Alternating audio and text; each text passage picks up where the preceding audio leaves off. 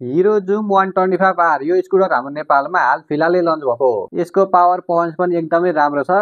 तपाईलाई Honda Duo, TVS एन्टर्क अनि यामाको रेजेटार फ्यासिनोहरु भन्दा यो स्कुटरको पावर पर्फर्मेन्स चाहिँ निकै राम्रो छ। डिजाइन, क्वालिटी, ओभरलुक्सहरु पनि एकदमै राम्रो छ।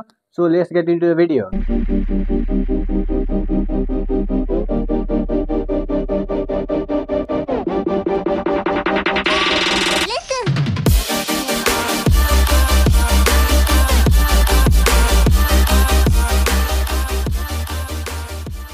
गाडीको डिजाइन स्पोर्टी र एरोडाइनामिक बडी छ। फ्रन्टमा LED daytime running DRL र एलईडी प्रोजेक्टर हेडलाइट दिएको छ।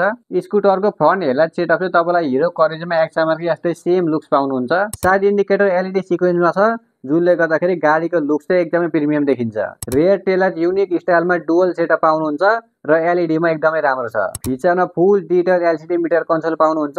यसमा Bluetooth connectivity, turn by turn navigation पनि छ। अरु भनेको बेसिक ओडोमिटर, फ्युल टाइम हो र यसमा तपाईलाई यूएसबी चार्जिङ पोर्ट पनि दिएको छ। यूएसबी चार्जिङ पोर्ट चाहिँ यसको टप मोडलमा मात्रै अवेलेबल छ। यानी तपाईलाई हिरो जुम 125R यसको तपाईलाई अर्को VX मोडल पनि आउँछ, तर त्यसमा चाहिँ यूएसबी चार्जिङ पोर्ट दिएको छैन र हाम्रो नेपालमा पनि तपाईलाई पाइने भनेको तपाईले यसको टप मोडल मात्रै हो। सस्पेन्सनमा यसको फ्रन्टमा टेलिस्कोपिक हाइड्रोलिक शक एब्जर्बर छ र रियरमा unit swing with spring loaded hydraulic damper. Suspension setup पुरै ठीकठाक नै छ, तपाईलाई हायर स्पिडमा पनि स्टेबल नै हुन्छ, तर बम्प्स र ग्राभल रोडमा चाहिँ हल्का थर्किने फिल चाहिँ हुन्छ। अब गाडीको रेन्ज हिसाबले यतिको सस्पेन्सन सेटअप चाहिँ तपाईलाई धेरै राम्रो हो। ब्रेकिङ सिस्टममा यसको फ्रन्टमा 220 mm को पेडल डिस्क र यसको रियरमा 130 mm को इन्टरनल एक्सपान्डिङ ड्रम ब्रेक छ र यो स्कुटरमा इकोको राइडिङ मोड पनि पाउनुहुन्छ। यसमा 124.6 cc को single cylinder 4 stroke FA engine पाउँछ भनेदेखि यसले 9.8 PS को म्याक्स पावर र 10.4 Nm को म्याक्स पिक टर्क प्रोड्युस गर्छ। इन्जिन पर्फर्मेन्स एकदमै राम्रो छ, गाडी स्मुथ र इनर्जेटिक छ।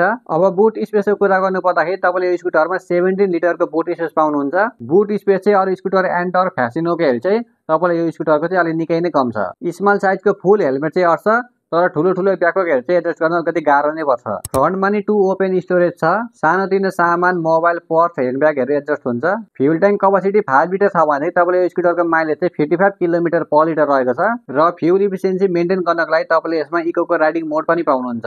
यसमा i3S पनि छ, यानी तपाईले आइडल, स्टार्ट, स्टप अप्सनको टेक्नोलोजी। गाडीको डिजाइन फुल स्पोर्टी, फिचरहरु पनि चाहिने दिएको छ। सिट सेटअप पनि वाइड छ, कुसनिङ पनि राइडर र पिलियनको लागि नै सफ्ट र कम्फर्टेबल छ र क्वालिटी पनि डिसेन्ट र गाडीको seat height 777 mm, ground clearance 164 mm र यसको वेट भने तपाईलाई 121 kg छ। अब यो गाडीको प्राइसको कुरा गर्नु पर्दाखेरि तपाईलाई अहिले हिरो जुम 125R को प्राइस अहिले हाम्रो नेपाली मार्केटमा 3,09,900 रुपैयाँ छ।